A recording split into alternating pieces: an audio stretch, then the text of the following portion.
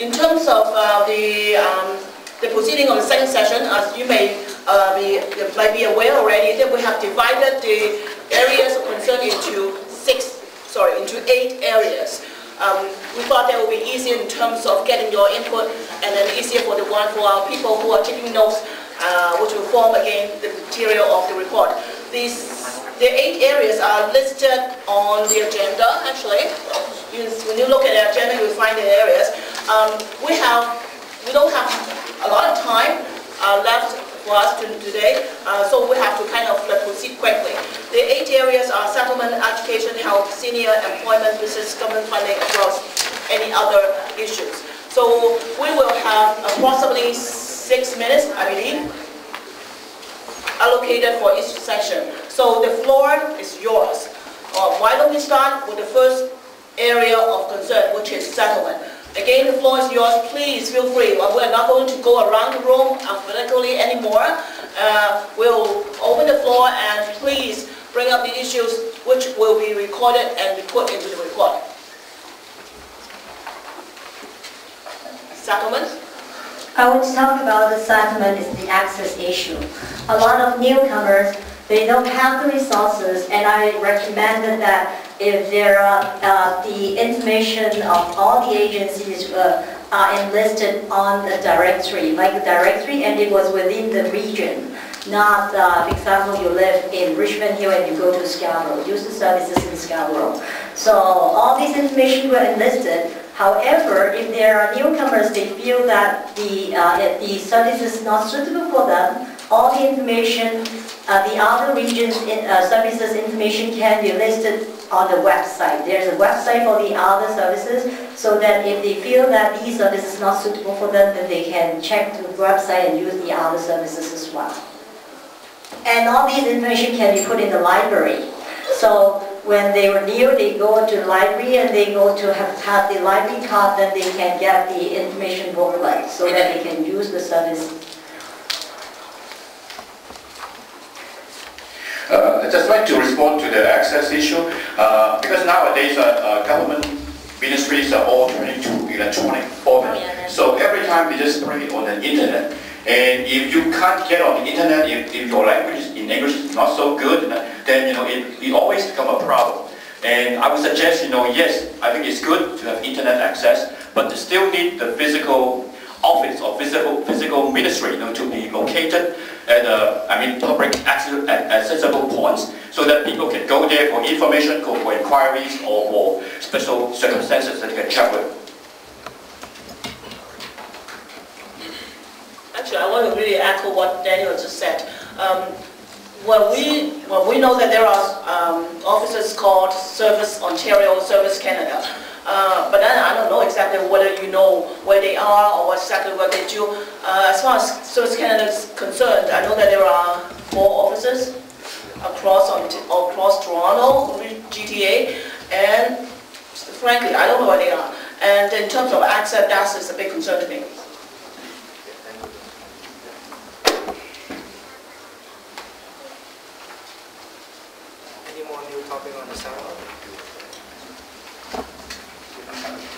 I want to respond on that. The languages is what I said. Everything on the web is with in English or in French. However, the other ethnic languages were not there. That's why I recommend if it is put on the web, the languages, the ethnic languages that you can put is according to the top 10 immigrant source countries languages that you can put.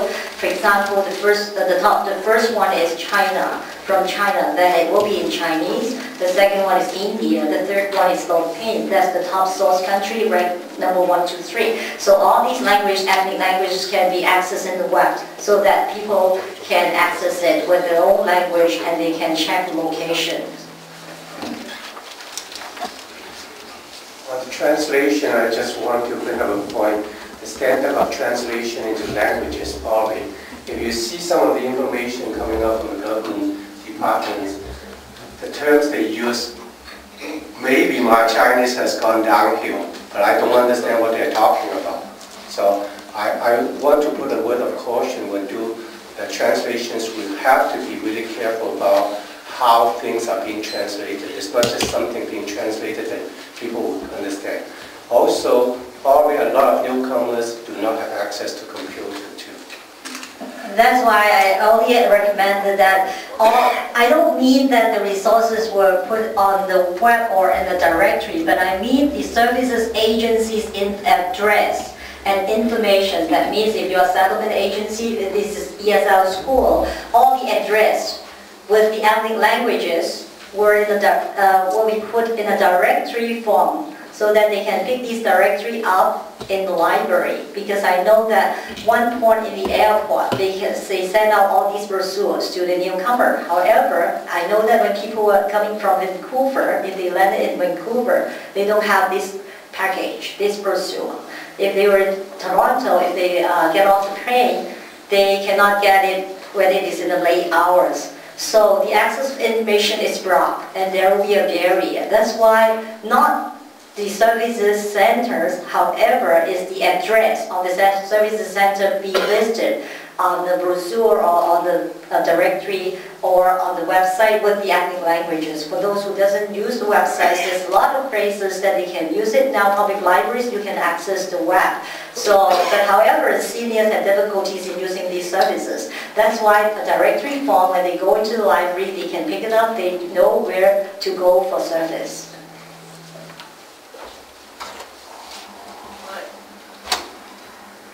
Well, we have a lot of service providers here in Rome, and again, your experience, I would like to invite you to have more say in terms of providing material informing the report.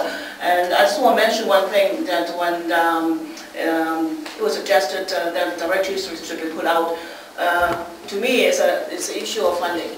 It's also always an issue of funding. I was suggesting the government that they should put more resources in terms of providing these kind of material. I assume that's what we're asking. Well, I just want to address the information problem. So, technically speaking, I think there is tons of information outside, but I'm not saying that that's enough. But basically, as well, there are directories, there are websites, there are printing materials here or there. The problem is, first of all, whether those information are updated. Secondly, whether those information are well translated as suggested by Raymond. But the other things that I want to put up is, well, other than creating more materials or have more outlets, I strongly believe that from a service provider point of view as well, so even from what we can see over 30 agencies or organizations here today, I think not only the service providers like the Settlement Service Agency has the responsibility to distribute those information, say like the churches, like all the religious groups and whatsoever. I think they can, and they are very, very good first contact outlets to lead people to different services in the community. And definitely, I think all the service providers here or outside this room are more than happy to provide our information to whoever want to link their associate or their put people, whoever they contact them, to those services. So what I want to say is, yes, we do have information distributed to all the incoming ports. We have information on, I would say, is the industry, have information on online and everything. But I think more importantly is, well, whether all the organization or agencies or all the groups are willing to work together to make services more accessible and information more reachable for all the immigrants who are coming to Ontario. Additional to Danny's point is about a simple solution to access. I don't know how many of us here encounter some frustration in calling governments without getting a live answer, actually going through the phone system. I don't know whether other than additional all the language materials and other things, information the community organizations are giving out, I truly like to advocate for the government whether they would have a live person at some point of entry to answer public inquiry of related services. For example, my experience encountering asking information from housing is definitely a dead end. Like I have even a chance of getting a live person from housing department going through half an hour of a call, and not even less than that. I do have experience in contacting the housing department. I do have some luck, although I do have some luck. I think you have to learn these access system before you can access services. The services is self-directed, and when you have to access it, it is really difficult for the clients to access, and I feel that yeah, I do support this. However, if one of the partner of the housing department, you can check everything on the web, they give you the code number, and you can have all the convenience of accessing this information. So I understand in a way, I accept it in a way. However, putting this housing, I just want to bring another initiative regarding housing supports, as I have prepared, but I don't have time to share, and I don't know whether it's okay to share it here. Okay, so regarding the housing, a lot of newcomers, they don't have enough housing, and I recommend that there are two types of housing services in a way. Habitat in Humanity, they have another type of housing that they provide to people, that if you work as a volunteer for them for a certain amount of hours, you can have the advantage of purchasing your own house with a very reasonable rate. So these can be provided to the immigrants that they have, they have jobs and they have a stable job, so they can purchase their own house in a way as a return, as a result. The other one is the access of housing in the way that is with rental, and it is provided more supports for cooperative housing, so that the renters or that they can serve a certain part of the duties or responsibilities, and the environment is much better than the public housing, and the affordable housing is taken care of by the tenants, and the government is. Correct me if this part is not correct. And the housing the housing funding is built by the is from the government. So recommending for the cooperative housing model, and also the support with the habitat housing models as well. I believe Rebecca has something to share with us. I mean, I agree everyone mentioned about the access, but you know that which funding is one of the means a handicap for us to have that all the information get to the newcomers. But do you think that media is one of the good, channel for all the newcomers when they arrive, in Toronto? Because you say computer, maybe they do not have the computer, but if they do not go to library, and then think about the TV, some media, TV and newspaper is a good way. But of course, if no money, you cannot get the advertisement on the newspaper or media, TV. But if the with the help of a government, we think about whether we can have a collaboration with the media groups and talk about whether we put all the service organization address and telephone number over there. And also maybe, I don't know, we had to work out about the schedule. But at least media is a good, task for us to work with all that. Thanks, Senator. Certainly, in the city of Toronto, there are housing registries, but many of them don't have the language capability to serve everyone. I know that if they don't have a Chinese-speaking staff person, then someone who doesn't speak the language is going to have difficulty accessing. But I find that if the websites themselves can have Chinese as a language. I know that Danny Mui, CICS, people, I've had inquiries from China, what are the agencies that I can connect up with? And yours is one of the first ones that I refer to, and it's real advantage and helpful to have that. And so if all the agencies can consider that, putting their websites up in various languages. Well, now we have, why don't you take a floor for a brief moment, so we have to proceed to the second area. We have talked about access, we talked about coordination of information sharing.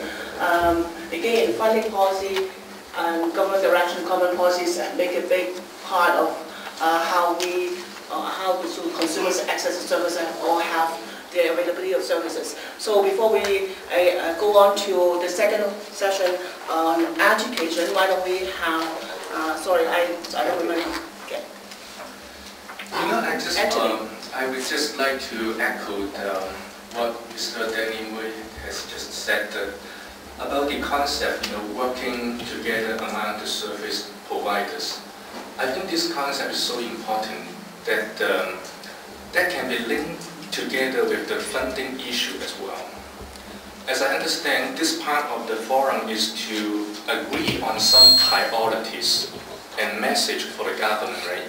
So I would like to suggest one possibility is, can we agree on, to ask the government to provide fundings to cooperative projects among service providers. If the government can provide more fundings on, the collaborations among the service providers, we can work together easier. And if we can work together easier, we can have a more holistic strategies to provide service for new immigrants and the service users. In the education sector, for example, the Ministry of Education, they have priorities about funding. For example, among the universities. If two universities work together on projects, the government, the ministry has higher priorities. If only one university asks for money for projects, the priority will be lower. So if we have a strong voice, we have agreement to ask the government to support more cooperative projects, then we can actualize the concept working together among service providers. Can I respond to that? Thank you, Andy. Well, yes. Well, I guess as we said earlier, the floor is yours, but at the same time we have to really keep tab on the time. But Simon said that I also believe that the issues, again, may run through to other areas of concern as well. So, and Daniel. Yeah, I just want to respond to the funding question. I think it's a good suggestion, and I hopefully the minister, can follow up the work today. That in future there will be sort of, more consultation, like something like a community council that keep on talking about the kind of priorities that we want to develop in the immigrant service, and there will be a constant feedback to the minister and see how it could be really implemented as a policy for everyone. Thank you. So may I interrupt then? Why don't we just go through this and agree on certain things step by step, right? For example, now we have firstly the funding from the government for cooperative projects for the agencies, between the agencies. Is that okay? Anybody? Yeah. I think that no one would say that's not okay, but one thing that is important as well, from our experiences as well, we treasure the possibility of forming partnership and doing things together.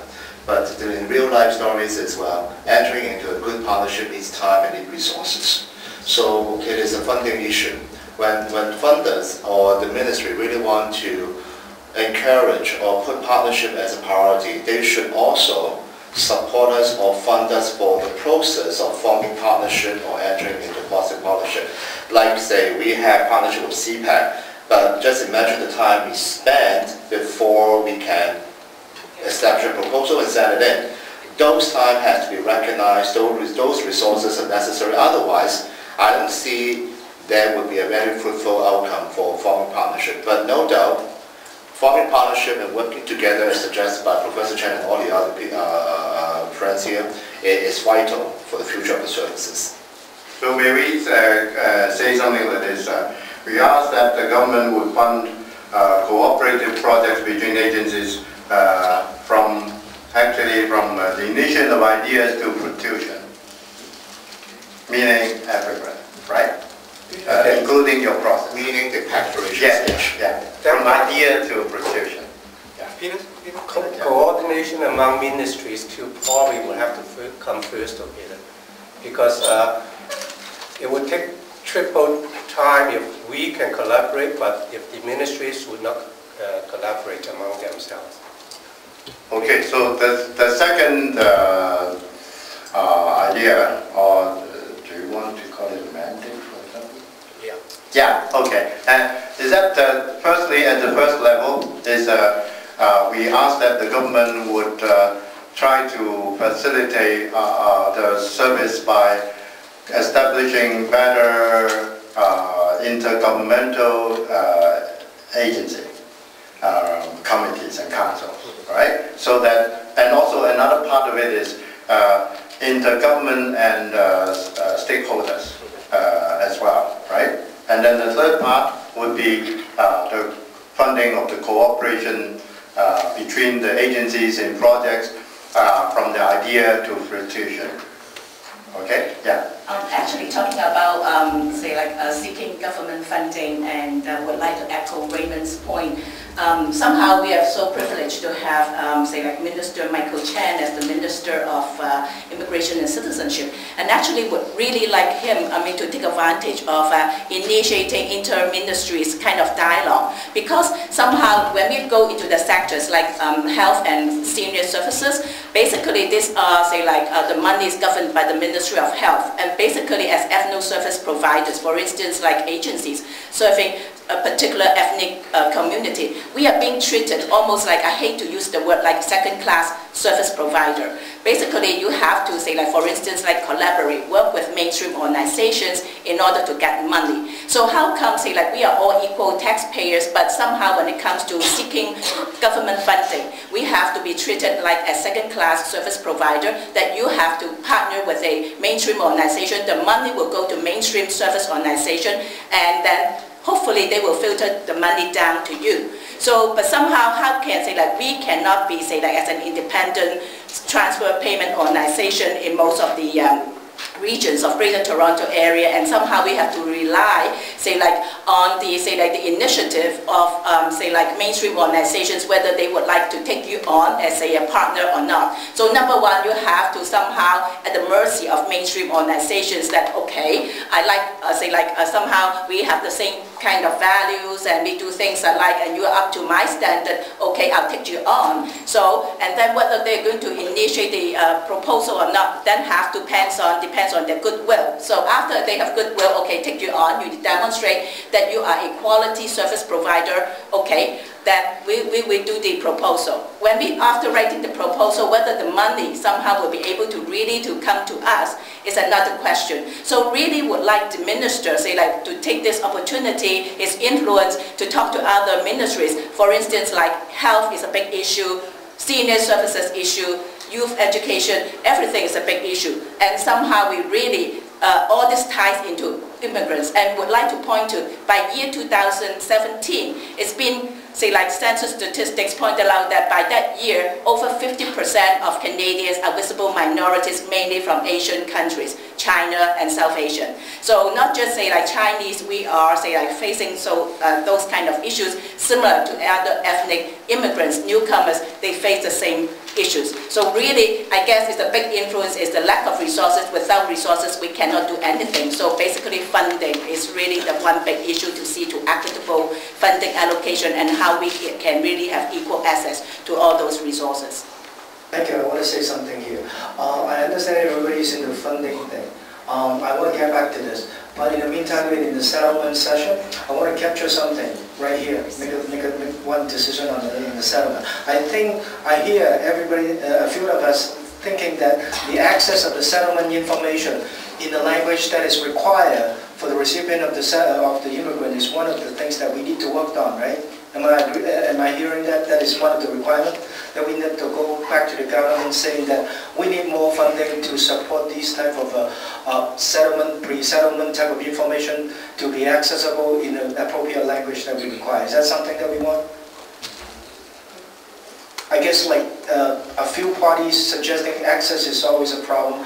Through this project, not only, like we create a website for the Chinese, we are all Chinese community here, and then at the same time, to come up with a web service, we can link up the community, all the various, service provided within the community, So it's a sort of like a cooperative type of process. I don't know how it's going to happen, but I think something that we have already sort of laid out. Am I correct? Can we make a sort of a consensus? Anybody disagree or agree? Can you repeat that? Can I say something? I'm thinking, I just listened to Professor Chen and Alex said we want to make a report here, but I want to advise that something said here may not be agreed by all of us. So maybe I think the report should be like recording everyone what everyone has said something instead of making a conclusion. Say that all of us want to do this or to do that because it has never been like. I'm just making a suggestion because if you want to write something like that, some of us may not agree. So I think you have to be careful on that. Just a suggestion, okay? Not trying to be offended. Thanks for the advice. The thing is that if we just write that some say that, some that say that, and then the government will say, okay, we'll listen again and again until there is a kind of majority that will come to our attention. So one of the possible things is I'm trying to draft some of the things you have already said, and then later on, then we can more or less see how many of us would agree on that, and we'll try to take the majority and say that majority of the participants are of opinion. Would that be better and okay with you? Firstly, that's the first thing, resolution. Yeah? I think funding is very important, but even now, I think we can do something. Actually,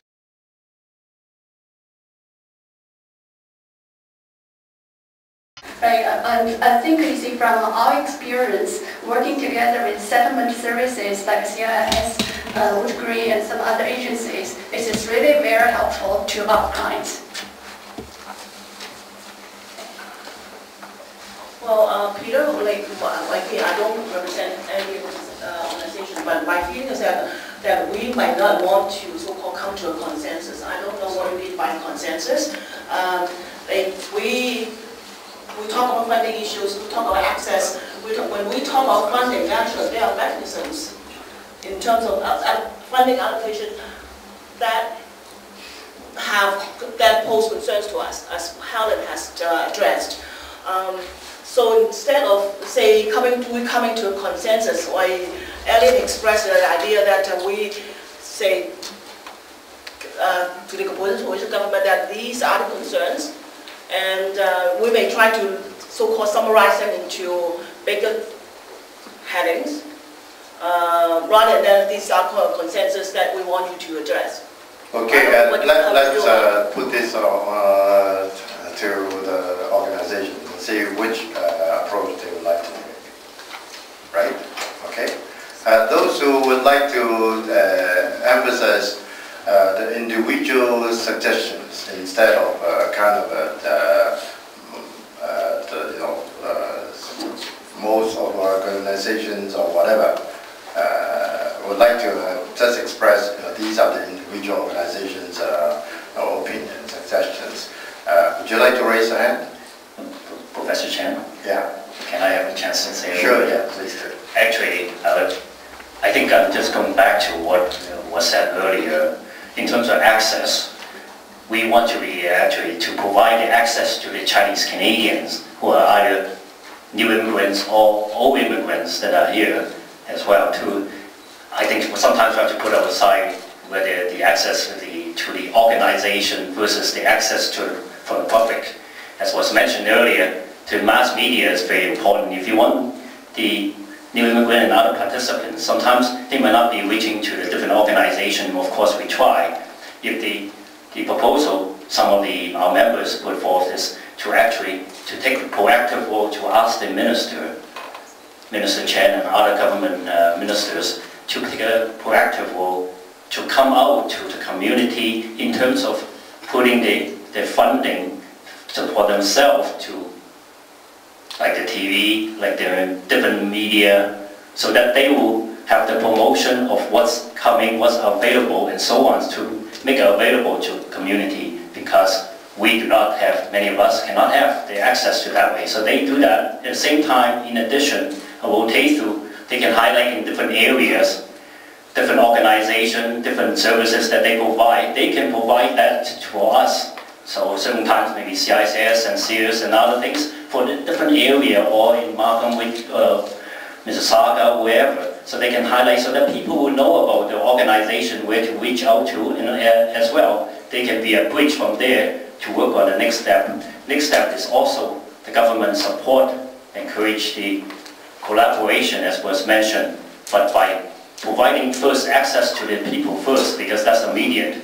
And second is also for the organization that can provide a service by providing collaboration so that they can work together by providing resources that can happen.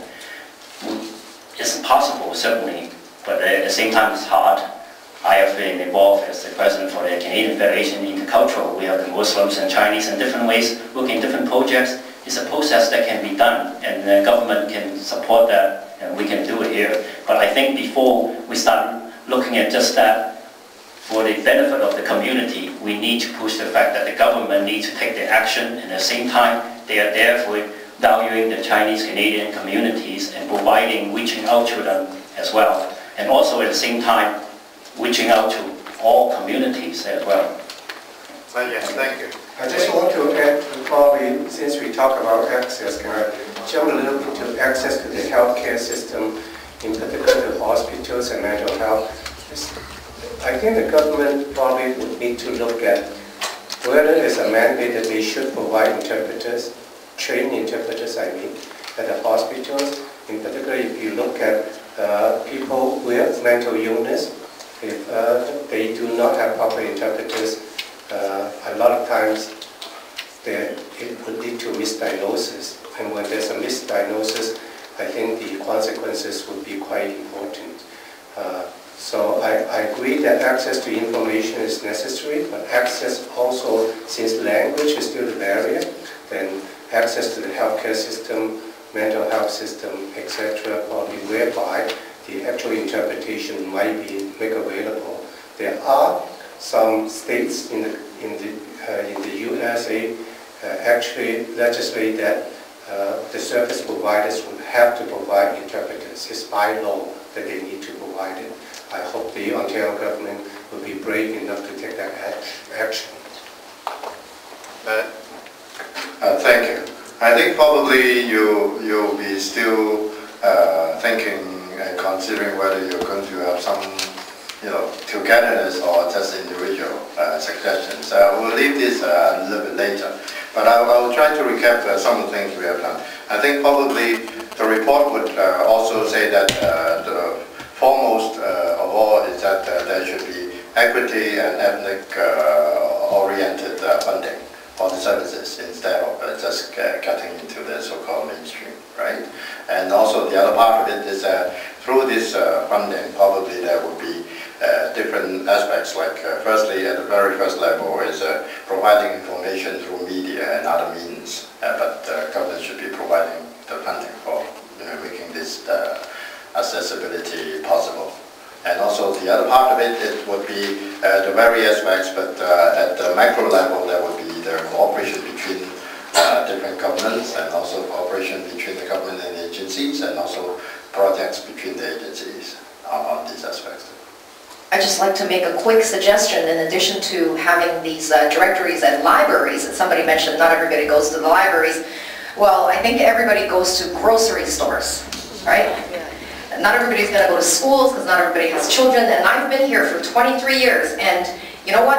I have never been to any of these service agencies. My family and I, we suffered, we lived in poverty. We never went to any of these agencies because my mother was so scared. She just kept us home all the time. But the one place we always went to was the grocery stores, right? And so if we can ask, to have these directories at grocery stores, not just the Chinese ones, but also at, all the Western ones, because they're all visited by all cultures from all nationalities. So for sure, if we cannot reach them through media because they're expensive, grocery stores is where everybody goes to. And if you order from Grocery Gateway, we'll even ask them to put it on their website. Yeah. How could the government help in this aspect? I'm just putting out this suggestion so that it's, the idea is out there, and all they have to do is print these directories or I think there may be a solution because the government is trying to lobby the business people to get the jobs for them. We can also, through this group, ask the government to lobby all these kind of businesses to help in dissemination information by just putting an information. Yeah, they have racks, they have newspaper racks, the only thing flyer is racks. that they won't do it for you unless you really, press the government to press them. No, it's not for the grocery stores to do, it's for us to publish, well, whoever published these directories and then distribute them to all the grocery stores. Yeah, and just like, the auto, Best Buy or Best Deal, whatever, magazines are out there, condo magazines, some are sometimes there. Similar concept. Somebody has to print these and distribute them to the grocery stores. The grocery stores won't even have to, they don't have to, we don't have to get their buy-in necessarily, we just put them, because you know how a lot of grocery stores have even bulletin boards? It could even just be a flyer on their bulletin board with a phone number and a website where they can go to see all the directories of the organizations. Yeah, thank you. Well, probably what we would like to ask the government to do is to find and expand the channel of distribution of the information, right? Updated information. Yeah, updated, yeah. And so they will have the information distributed, actually maybe through the government. Maybe that's one good thing, right? You print something, you send to government will do it like the post office thing, with the wires going everywhere, right? And I believe that we have moved on to other areas of concern. I don't think we have touched the surface of education, so why don't we put more time into education in other areas as well? Joe? Yes, okay, I'll be talking about education on the point of views of students and parents. So, as earlier I discussed about the tuition fees going up every year, but that's beside the issue. Another problem that the new immigrants face is that when they come to Canada or anywhere to study in a university, they have to find a place to live. For example, residences. Now, if people are not going to stay in Toronto to study at university, like let's say they go to Queens or they go to Carleton, like outside of Toronto, they have to find a place to live. And I think that in some universities, they don't really have that kind of program for like new immigrants. So, like for example, for people that come in, they want to feel that they're welcomed, and they want to feel, that they have a warm place to study and a good place to live in. Because if they don't have that kind of feeling, then it's kind of hard for them to have this study environment. And the thing is that residents, the fee is also expensive. Like if you're going to live in residence and you have to have that food and everything, it costs a lot of money. And then that plus the tuition fees is just it's way over. So the thing is, what I'm trying to say is that there should be a program for the new immigrants that if they come here to study, the new students that want to come here and study, there should be a program for them to give them the better access to the school services and stuff like that, so they can feel more safety at school and everything else.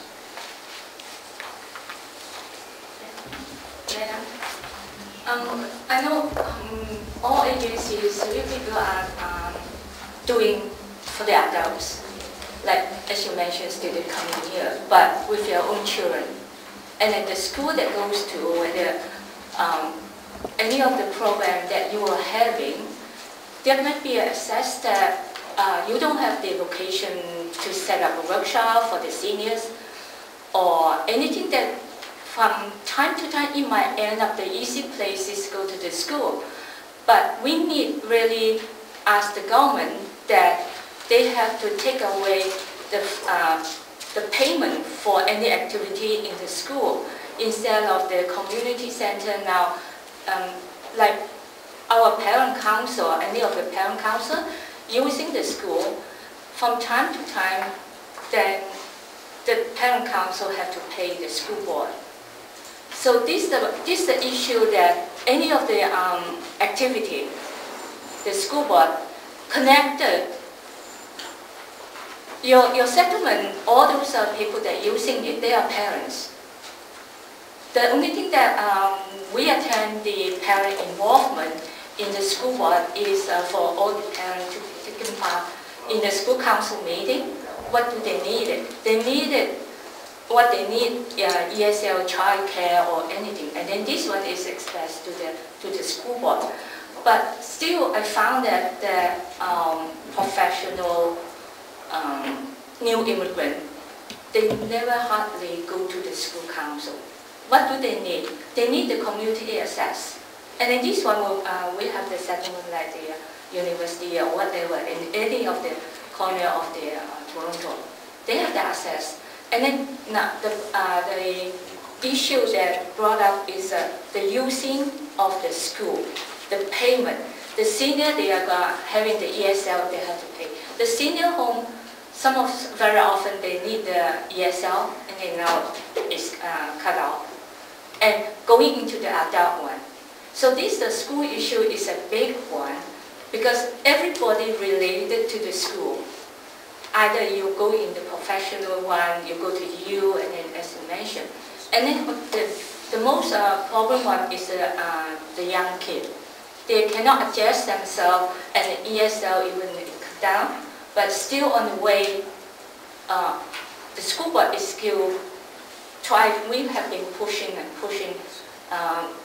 There is an ethnic cultural parent group. The last time we formed it, so all different language.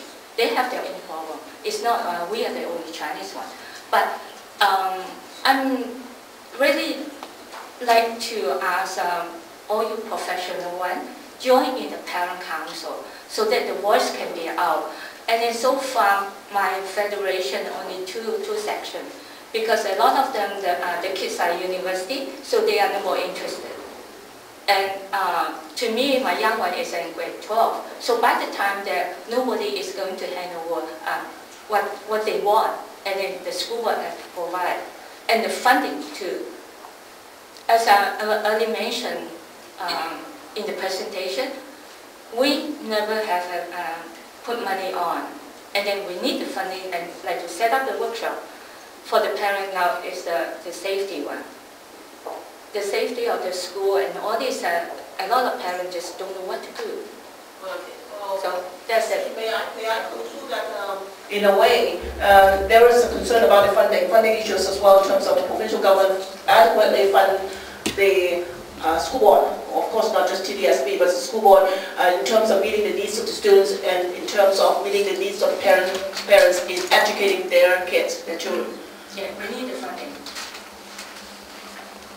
The floor is open. All right. Okay, Roy from New Canadian Community Center.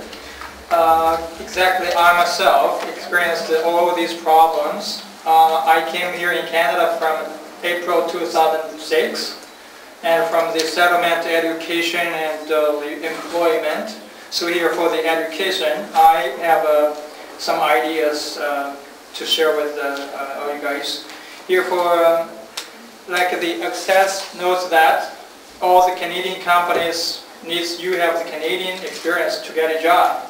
But we came from overseas, we don't have that.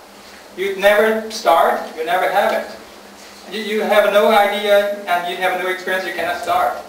So that's what I suggest that everyone could, most of us went to the ESL, the English as a second language study, and we could let the government, they also have the co-op opportunities, they can put that together. You put some ESL class with the co-op opportunities, you can do something there and you can learn the English language. At the same time, you got the experience.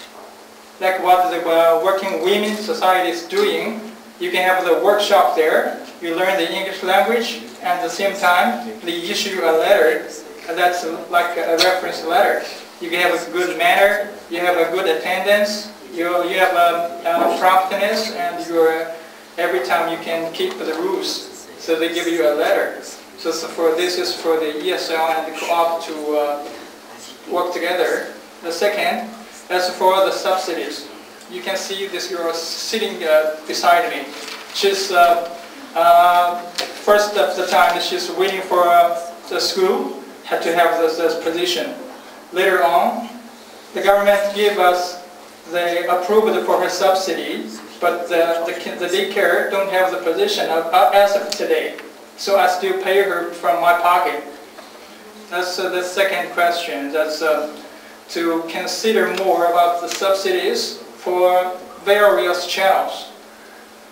Like not only to the one that the government authorized, but for some private ones.